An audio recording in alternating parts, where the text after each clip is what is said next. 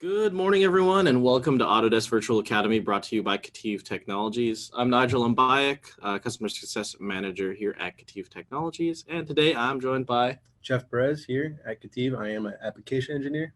How's it going, Jeff? Good, good. How are you doing, Nigel? I'm doing all right. I'm really excited about today's session. It's something that frequently gets asked about. Yes, it does. People are asked. We have a lot of customers who build industrial machinery. I know that you used to work at such a customer. Yes, I did. So it makes a lot of sense that Jeff, as well as some people on the team, have worked in that field for quite some time, building things like skids. It could be any type of structural framing that you're building within your company, right? So Absolutely. you can utilize this tool in there. Yeah, and you can get really creative too, because you don't necessarily have to build a frame with Frame Generator. No, you could don't. use whatever.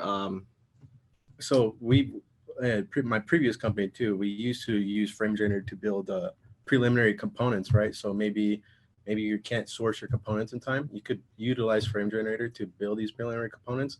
That way you could place them into your shop and not delay the shop, right? So there's different ways and different applications that you could utilize it. For sure, and we'll probably go over some of those examples today as they're applicable here.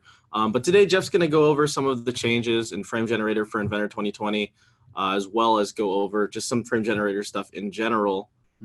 Because we think it's really important to kind of refresh ourselves on this every once in a while. And with the 2020 release that happened, I would say like a month and a half ago now, there were some really key changes to some of the functionality in Frame Generator that allow users to use it in a more powerful way towards their end caps. End caps. Yep. So end caps is new in 2020. They added that end treatment is what is called into a Frame Generator. So we are going to review that. We'll go over that, see how you could utilize it within your company. Maybe you could come up with a different way, which I did. I would like to show you guys what I did with it too. And then we'll also touch the other instruments as well. Cool. So let's get started here, Jeff. And if you have any questions, go ahead and type them into the questions panel, and we'll go ahead and answer those. Thank you, Nigel. So I did want to, before I got into this PowerPoint presentation, I did just kind of want to throw up a poll over here and just understand who is utilizing Frame Generator currently. Do you know what it is? What Frame Generator can benefit for you, right?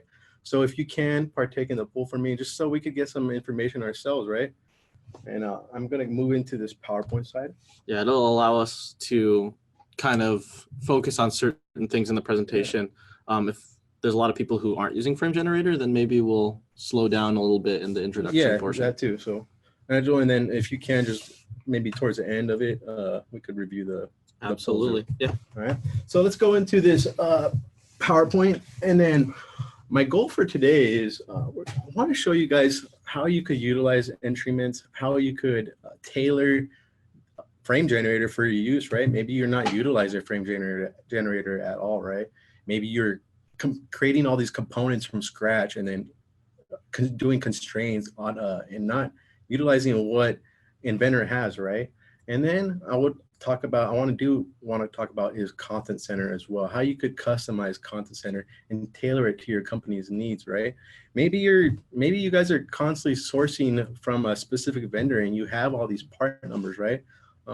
Maybe easier for you to input these part numbers into your Content Center. That way, when you export your part list, all these part numbers are already going to exist with these members, right? It's just going to make it easier for you to transition your Inventor BOM into an ERP structure, right? So let's go into this PowerPoint really quick. And today's agenda, right? We are going to be talking about Frame Generator. I'm going to go briefly touch on skeletal models. We did have a previous AVA on the past about this. So we will talk about that as well. And then specifically, what is Frame Generator, right? So Frame Generator is a design accelerator created in Inventor, right? It's meant to simplify the design process and automate geometry creation, right? A lot of these are industry standards, right? You're going to see ANSI, you're going to see different type of standards that you could pull from in these families, right? You could construct internal and external frame assemblies before within your skeletal models, right? In this image below here, you kind of see a skid base here that's completely designed in Frame Generator. The stairs, the ladders, the platform.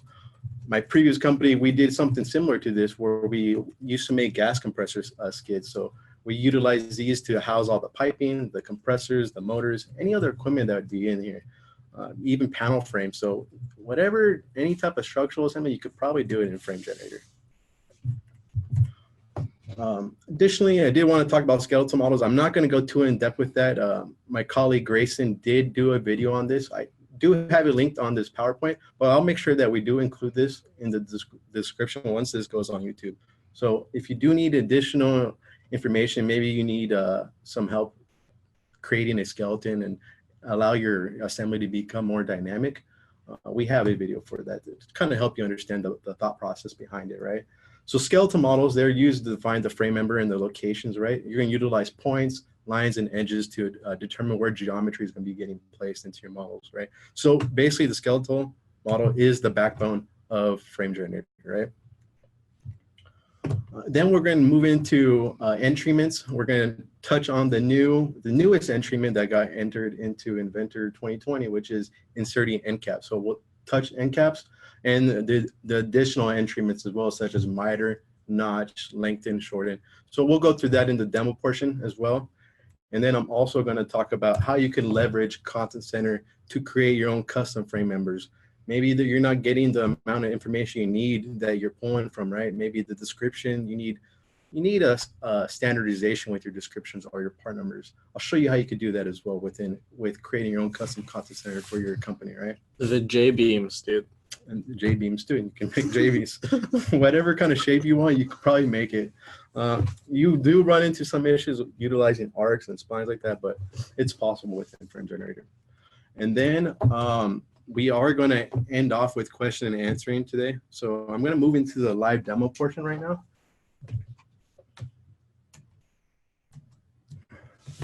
And then in this live demo right here, I have what you're going to essentially start off with is your skeletal model, right? Your skeletal model can be comprised of either 2D or 3D geometry. You could utilize 3D parts too. And in this case, I have a mixture of a 3D geometry, which is this rectangle, right? And then I also have some 3D sketches as well. So this is all potential. You could utilize all this sketching to insert your frame members, right? So this is going to be your backbone of your frame model, and it's going to allow you to make all your assemblies as dynamic as possible if you put the thought up front, right? So I have this skeletal model, and then this skeletal model was brought into an assembly, and that's how I was able to derive some frame components within here. I have some, if I go into my part priority, I have some square tubing that you can see right here with some angle irons, and then additionally I got a plate right here. So this is probably going to be some type of stand, right? I'm going to go into here, but so before I get into inserting frames and bringing in components, right? Most of Frame Generator is all going to be accessed within this design panel that you see in Inventor, right? This is where you're going to be able to insert frame members. You'll see your additional entryments like insert end cap, your notching, your mitering. So this is where your primarily focus is going to be within Frame Generator. But before I get into these, I do kind of want to talk about how folder structure is important in a Frame Generator. Folder structure tends to get kind of overlooked, and that's possibly because maybe your company isn't utilizing Vault Basic or Vault Pro. I was at a previous company where we used Vault a lot and regularly. So when we made Frame Generator structures, we wanted to make sure that we designed them in such a way that they could be potentially used utilizing the copy design feature in Vault, right? Frame Generator, what happens is all these parts that get brought in get generated, and you get a list of generated components, right? So for instance, I have a list of 2-inch by 2-inch by 1/4 inch square tubing in this assembly specifically. And these are all unique files, right? In my case, what I like to do is I like to make a new assembly. This is going to be called, in this case, just AVA assembly 3. Oops. No. So, I thought I typed in 3.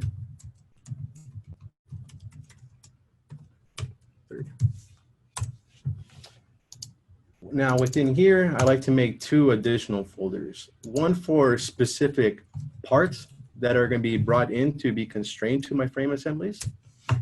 And then I like to create an additional folder called sub-assemblies.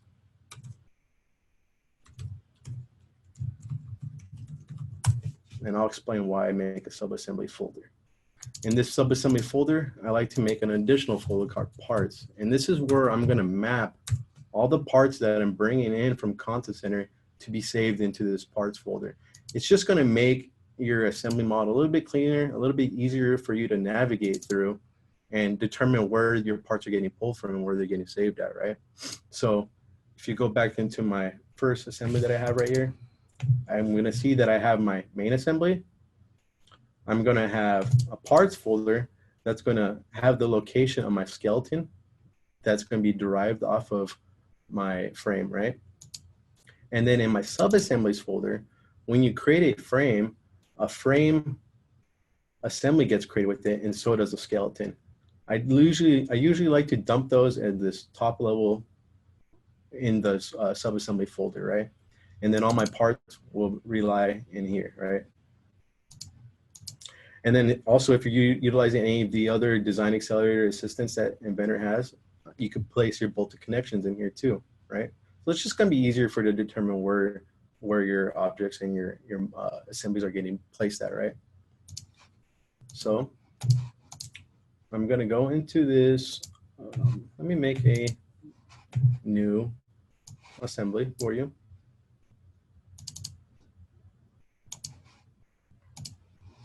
And what I'm going to do is go back into my Windows Explorer really quick. And I just want to show you the process that I do for my folder structure. So I'm going to go to where, oops, let me go back into open right here. And then what I want to do is I'm just going to copy the skeleton. This is just going to be for this purpose only. So I want to copy this skeleton into my parts folder because I'm just going to reuse this. I'm just going to give this a different name. All right. And I'm going to place this skeleton now. And this is going to be my part of my assembly 3. So I can place this grounded at origin. And then I can escape. Now the next thing I'm going to do is I'm going to go into design and insert frame. It's going to tell me it needs to save the skeleton or save the assembly. So I could just really quick give this a name of assembly 3 and just save it. And now you get this dialog box that came up on my other screen. This dialog box is going to allow you to choose a standard of a component that you want to bring in, right? So in this case, I'm just going to utilize an ANSI standard. And then you get a list of different families that exist within this family, right?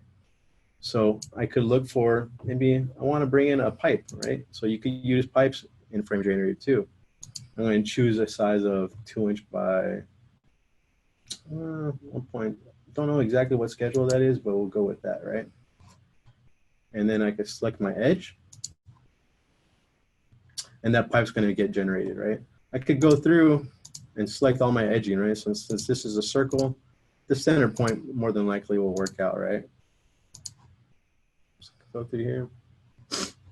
And then once I'm done with my selection, once I'm happy with what I picked, I could click apply. You also, well, before I do that, right? You have the ability to change the material too, right? So if maybe you don't want this to be steel milled, right? You could change it to become any other material that you have available within your Inventor model, right? I'm going to leave it as steel. And then you have the ability to change the placements, right? So you can insert it between points, or maybe you want to just insert it within edges. I'm just going to leave it within the edge. That's what I'm happy with. Then I'll click apply. The next thing you get is create new frame, right? Now, this is pretty standard. Typically what people do is they're just going to click OK, but they don't put thought into giving this frame a unique name. This is going to be automatically generated for you within Inventor, right? And I'll show you where you could change this to. But before this, I like to give this a unique file name. So in this case, I'll give it AVA3. I'll give my skeleton the same name. And then I want to make sure that this is getting dumped into my subassembly folder. So that's where it's going to get placed at. And I'll click save. I'm going to do the same thing with my skeleton that's going to get generated. Make sure that it's in the right location. And I'll click OK. The next dialog box you get is your frame member naming, right?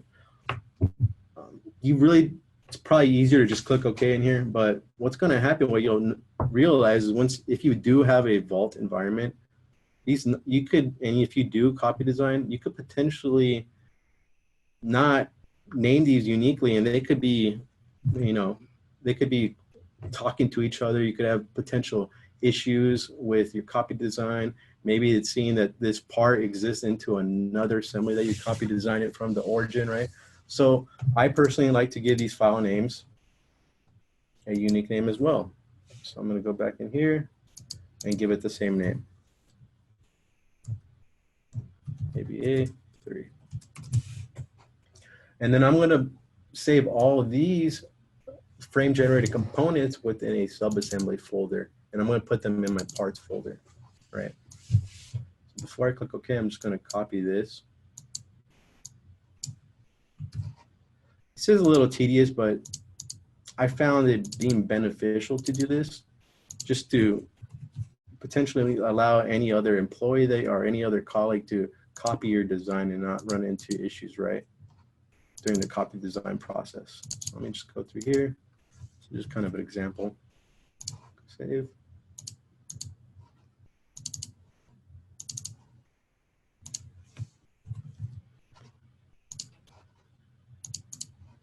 So let me get through these last couple and then we'll be pretty quick. Yeah, and if you don't do this and you have a vaulted environment that doesn't allow components with the same name to go in, like duplicate file names, essentially, you're going to run into issues. So this is feasible on assemblies that aren't, what's the word I'm trying to use here? That aren't super large in terms of the amount of framing you use. Mm-hmm. Once it starts getting bigger, there might be other solutions. Initially, what's going to happen is I just kind of placed a bunch of members in here right now. I could have really put this in a thought process of what frame could be potentially reused, right? That way I'm not creating all these unique file names. Sometimes it's just easier for you to just go through here and just pick all your file names and then have it generate, and then you could go through and change the names. It all depends on your workflow, right? But that's typically what I like to do. So when we'll go into save, I'm going to save all this, go to yes to all, click OK. So now when I go back into open, you can see the structure that I developed, right? So I have my main assembly, right? This is going to comprise of all my frame members, my skeleton model and everything. I have my parts where it's going to have my skeleton model location, right? This is what's going to make my skeleton model or make my frame dynamic, right? And then I have my sub-assemblies, right? With the frame, the skeleton, and then all the associated parts with it. All right. Now, I have been asked questions of how Inventor tackles the file naming of this. A lot of people don't know, but if you go into Tools Application Options, and it popped up on my other screen, if you go into the File tab right here, and then go into File Naming Defaults, File Naming Defaults is going to control how your naming is being created, right? So in this instance, I changed my index number to be 00001. That way, any other numeric numbers that get generated, it's going to take the next number, right? So it's going to go from 1 to 2, and so on and so forth, right? You could do that for your frame members, right? So initially, I believe it was pulling part number before stock number, right? I didn't want that. I just left it so that it's going to be pulling my stock number and then show my index number after it, right?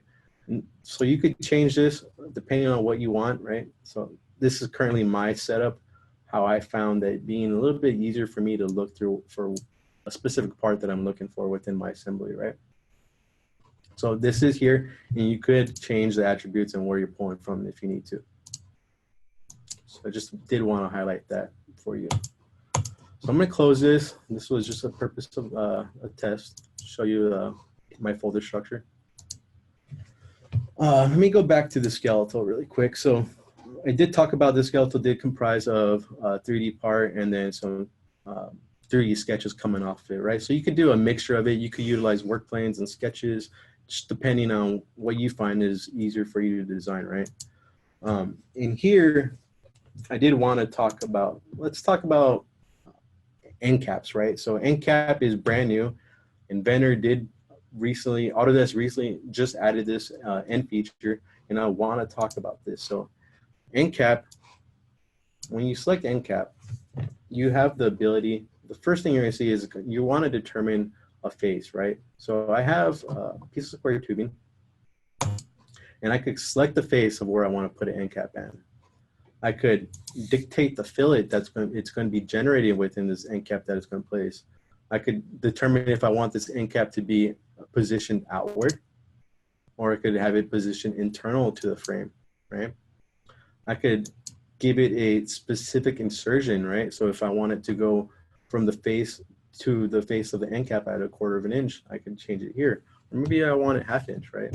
It's probably not going to happen, but you can change how far it's inserting into your frame member, right? You could change the thickness too. So if maybe you want this to become 1/4 thick, I could change the thickness as well. Maybe the fillet isn't, if I go into my top view really quick, maybe the fillet isn't sufficient enough, right? I could tailor the fillet to fit inside that feature, right? So 3/8 looks like it's clearing it, right? You could change the rotation if you need to, and then you also get the ability to change the properties and the appearance, right? And then you have a part number file naming too. So maybe you have a plate that you have in your content center that has parameters in it that's creating its description. You could utilize those features from your content center as well. You could save these as well, right? So I could, if I'm happy with how this end cap is coming out, let me go back to my home view. Let me go back to the end cap. So if I'm happy with how this end cap is, I could save this as almost like a template, right? So if I go into create a new preset, and that's what it's called, I can name it just insertion or insert cap. It's going to retain all these presets that I put out within these behaviors and part properties. So I'm going to name this one insert cap, and I'll click OK.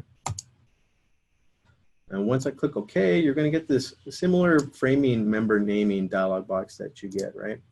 I'm going to save this in the same exact location I put my other frame generated parts, right? Into sub-assemblies parts folder. And give that its unique name as well. So AVA1, and I'll click save. Click OK. Now I have another piece of square tubing right here. I could go back into my insert end cap feature. I can specify my preset that I created, right? So I just created this insert end cap feature.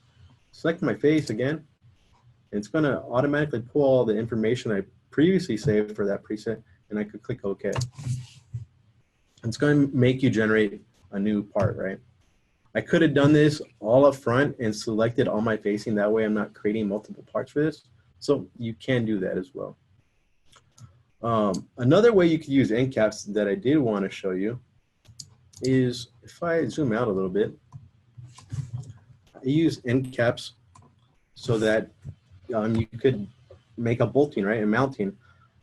I use end caps, and I created this plate, and then it's going to be a mount plate with holes, right? You can bolt this structure here. We're going to go into, now I want to show you a couple of these other end treatments, right? So I could go into trim and extend. So I could trim and extend these features down below. Click continue. Oops, this dialog box is over here. So let me do that again because my dialog box didn't come up. So I'll do trim to frame. That's the one I wanted to do. So trim to frame. Let's select these two end caps. Click OK, and I'll click apply. I can specify distance if I want.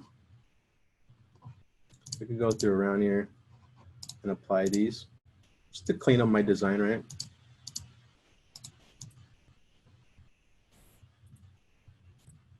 Notice that the center end cap got trimmed to this end cap, and it got extended to come out to the edge of that of that square tubing, right?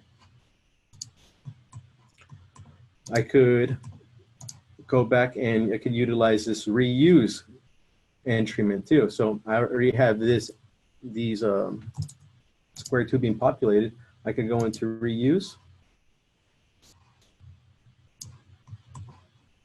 select my square tubing, and then my new placement. And it's going to reuse that same exact component. It's not going to create a new one. And when I go to apply, okay, it made a new component that's going to be in that place, but it's going to be based off the same component. And if you could see that within your browser, right? I could go into miter and miter these angle lines, clean up my design. Go to apply, I could do multiple. Let me rotate around really quick. Select these two and miter those. All right. So I could clean up these ones.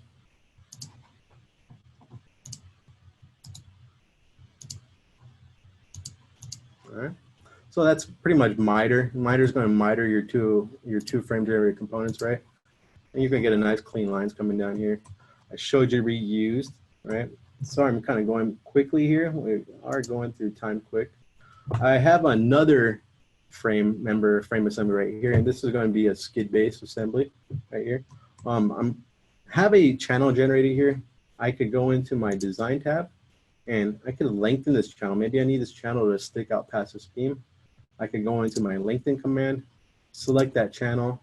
I could determine a offset, how much I want to lengthen it by. So I can make it 24 inches if I want. And I will be able to lengthen that. So I'll click OK. I could choose the direction too. So if I want to switch my directions, if I want to go split, you have the ability to do that as well. So, but in 2020, a lot of your commands did get cleaned up. It just looks a lot, cleaner with the new 2020 design in the UI, right? So I'll click OK. That's pretty much lengthened. Then I could go into my trim and extend now, and I could select that channel, and I could extend it to this channel's face. Click apply. So now I have that channel extending all the way across, right? I could go into notching, so I can notch this channel so that it's coped out of this beam coming across right here. And then I'll select my channel to my frame. Oops. So my first selection is my channel, hold control, and then my notch. Oops. There we go. And then you can see it get notched out of the beam, right? I'll click OK. And now that component did get notched. So let me save this really quick. Just go. All right. I'm going to reuse one more beam in here. So I have a sketch line in here. I'm going to select my source right here so I could show you. Maybe you had a lot of these sketch lines come in here and you know that they're all going to be same beams. You can select reuse, select the beam that you want to reuse, and then the new placement, and it's going to reuse that too. All right. So now it's pretty much notch, miter. Those really haven't changed that much. I could go through here, select a beam if I want to change size. I could edit it within the frame generator and change the size. So maybe I want a different size, right? So I could go down to a W10 if I needed to, right? I could change the placement, the orientation, the angle. You have the ability to do all that. All right. So that was pretty quick, but I do need to jump into Content Center really quick and how you can leverage Content Center. So I'm going to make a quick Content Center library for you. So let me close out of these assemblies. Hopefully I didn't go through that too quick. I know kind of limited with time. So let me close out these assemblies really quick so I could show you that, because we do need to access the project file. And with Frame Generator, you can create a numerous amount of components, right? So it's something that you're going to have to mess around with in terms of the skeletal design and what you need, right? So I'm going to go into my projects folder in terms for this Content Center, and I'm going to go to my currently in this ABA project, I'm going to make a quick content center library. I'm not going to go too in depth of how you make this. We've done a lot of videos on this ABA content. Give it a name. I'll click OK. And I want to make sure that that content is on, right? So this is where you're going to find all your libraries for your content center, right? So I'll click OK. I'll click Save and done. From here, I'm going to go into Tools, Content Center Editor. In this Content Center Editor, I want to update my Andy file. Why you ask is because a lot of these parts and files that you're going to be bringing into bill materials, the descriptions aren't as descriptive as you need them, right? So you could tailor these to what you need it to be. So I'm going to do a save copy as, and then I'm going to drop it into my Content Center library and click OK. Oops, gotta get rid of this character that's down here. You still have it. There you go. Click OK. And now, once this is finished, it should be inside my content library I just created. So let's let it populate. So if I switch to my ABA content, we should see that copy here. We go through here and change the family properties, right? Could change the family name. I'll just type in KETIV. I could give a different standard organization if you need to. So I'll just type in KT for KETIV for right now, manufacturer, KETIV, standard KT, right? So you don't necessarily need to use these standards. Folder name, you could determine where you want all these files to be dumped in. I'm just going to name it KETIV Beams. All right.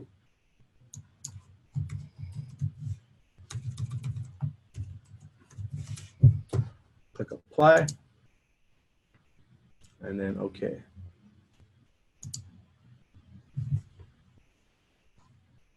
All right. Next thing I'm going to do is I'm going to go into my family table really quick, and I'm going to make a new description just because, as I said, description isn't as descriptive as you need it to be, and I will show you that. So I'm going to make a new column, and I'm going to call this description.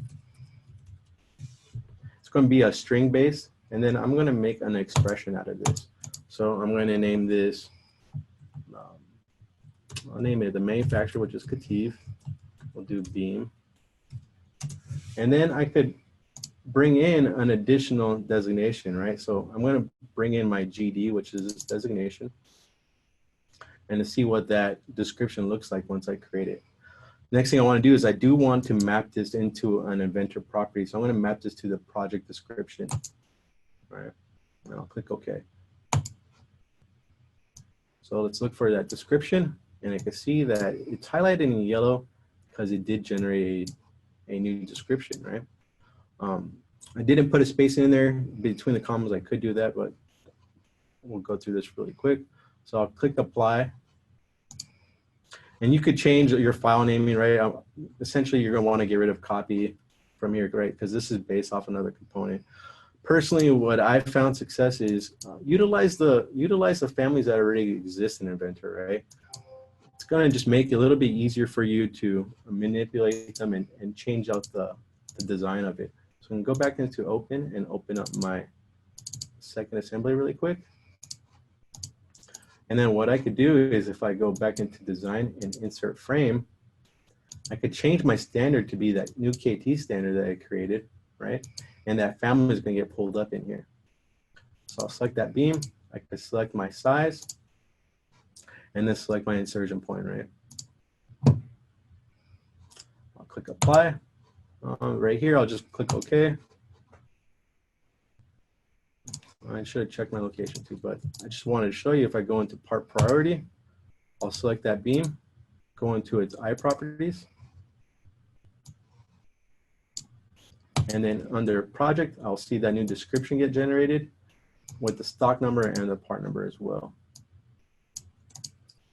So let me save that. Just go yes to all really quick. Click OK. Just want to show you what this looks like on a drawing really quick before we move into question and answering. bring a base view of that really quick. Click OK. And then go into annotate. Go into my part list and go to parts only of this skid base. Click OK. So the out of the box assemblies or the out of the box families, right? The description, it just shows W shape, right? Flat bar steel. It's not very descriptive. You're not going to be able to get an exact PO of this information, right? But look at mine, the one that I just created, KETIV beam with the sizing information. I could change my part number so it could be a specific part number, maybe from a vendor that I'm ordering from. You could put all that information in here. That way, when you're bringing this and exporting this into a Excel to pull into ERP system, it's just as fluid as possible. You're going to have your vendor's unique numbering in there or whatever standardization you have. That's pretty much it for for this AVA. We are going to go back in to see what the poll results are, right? Yeah, it was like 50-50, dude. So it's about 50-50. Yeah. That's pretty much kind of what I expected. Yeah, some people are already using it. Some people are utilizing it. Some people didn't even know it existed, right? So unless you're in, I believe it requires Vault Professional, or not Vault Professional, Inventor Professional, right? Yeah. So, which I think is like the only way you can get it. I think now it's the only way. There used to be different versions, but I don't think that distinguishment is made anymore unless you're still on like a premium suite. Mm-hmm. Anyways, let's jump into the questions. So yeah, let's jump into the questions. Let's take care of these. Yeah, no worries. Let's see here. Andy's asking, is there a way to preset the folder structure so that it doesn't place the skeleton and the frame files buried in this folder structure? You might be able to write a script to auto-generate the folder structure. But a lot of it is manual. A lot of it is manual. That's the only thing tedious. So you saw how tedious it was for me to create those unique, family names that I was generating, right? I bet you could write a script to do it. I could do a script. That's something we'd probably have to look into. We'd have to look into it because you'd have to change all of the assembly references as well. But I think you can do it, depending on, I think I have an idea. Okay. You'd have to load it in standard and then edit it in Vault afterwards, so all of the file names will update. So yeah, let's pull that to the side and look at that. Yeah, Andy, let's take a look at that. And then we'll reach out Andy and see how we can do that. Let's see here. So the NCAP stuff is 2020 only. You don't need to generate a brand new content center library, any of that stuff. You literally just open 2020 and you pull the NCAPs open. If you have content center stuff from before, you want to use certain places that you're using before, perhaps all the content center stuff has to do is migrate to the newest version. You don't have to generate a brand new library, any of that stuff. There are a couple of questions here about the frame generator naming that you pulled in the application options. That's something that they added. They added that, I believe, in 2019 1.2 or something. Yeah, it was an update to 2019 when they added that. Yeah. But that did confuse myself too. I was wondering where that naming was coming from, and I found that being under the application options. We used to do it through the content center and name it that way. Yeah. But now you can name it through there, and it's tons easier. So, do the dots around the preview allow you to change the placement location for each instance of the member being placed at the time of placement?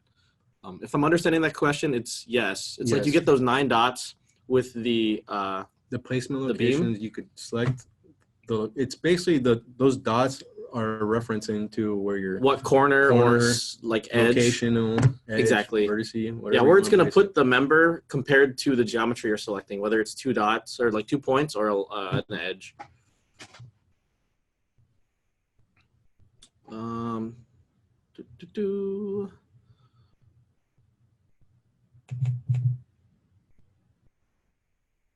How can you generate a cut list with end treatment details, notch miter, etc.? I don't know if you can. A cut list? Like with the end treatments for notches and stuff. I don't think you can because it'll grab the whole length. It's going to grab the whole length. It's not going to reflect the notching. Any end treatment that you're putting on there. Can you show using assembly name in the default naming so it generates automatic unique numbers? Can you show using assembly name in the default naming so it generates automatic unique numbers? I don't think I follow. That one, yeah, let's follow up with that one. Who is that David? Let's follow up with David and see what exactly he was asking about.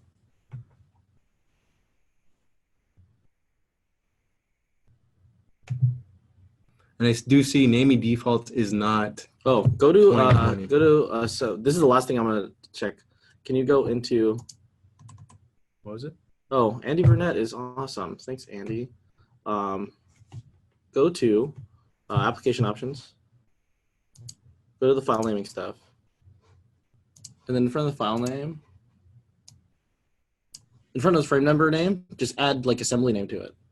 No, like down in frame number. Oh, frame Instead number. of stock number, just add like assembly name. If you yeah. if you do that, then it'll be like unique every time. Yeah, you could pull the file name. Yeah. Right. If you do that, then it'll be unique. The file name will be really long, depending on how long and how deep it is in your folder structure. You might run into issues. Yeah. With Windows length. For me, I just use stock number personally, just so I could easily see what part it is, right? But if you want a unique file name for everything, you can use assembly name and it'll grab it. Exactly. And that probably actually be that'll probably be the best easiest way to do it. Yeah. I'm sorry I kind of did rush through this. Yeah, there's a lot of stuff. There's a lot of short amount of stuff time to cover. But just throw in your questions and I'll reach back out to you guys. Yep. But yeah, this naming defaults is 2019.1.2, I think, and 2020. Don't quote me on the .1.2. It might be just .2. I know it's 2019 though. So. It's 2019 dot something. It's not the general 2019 release. It's an update to it. And then So hopefully, just showing you the content center and how frame generator works, you could utilize this in your company and just help leverage it, right? Help you pull these tools into your company. Absolutely. It's only gonna be beneficial for you guys, right? Yep. So I think that's it for questions. If anyone has anything else, make sure to email Jeff or myself or anyone here at KETIV. We'll make sure that gets answered for you. What else was I gonna say? Oh, if you want to see anything specific moving forward, let us know via email, and we can go ahead and get that on the schedule. To answer your quick question there, Patrick, can a top assembly have more than one frame assembly? You can, but you build the assembly and then insert the frame. I didn't get to show this too, but there's also a way where you could, maybe you didn't think about how you're going to split your framing models. You could demote your framing component to create separate subassemblies that live in your frame model. That is in there, and it is still going to be dynamic, right? It's not going to just be an individual assembly anymore. Yeah. So it still will react with your skeletal model. Cool. Awesome. Thanks again, Jeff. Thank you guys. Everybody Thank you for joining us joining. today. And we'll see you all next week. Thank you. Thank you.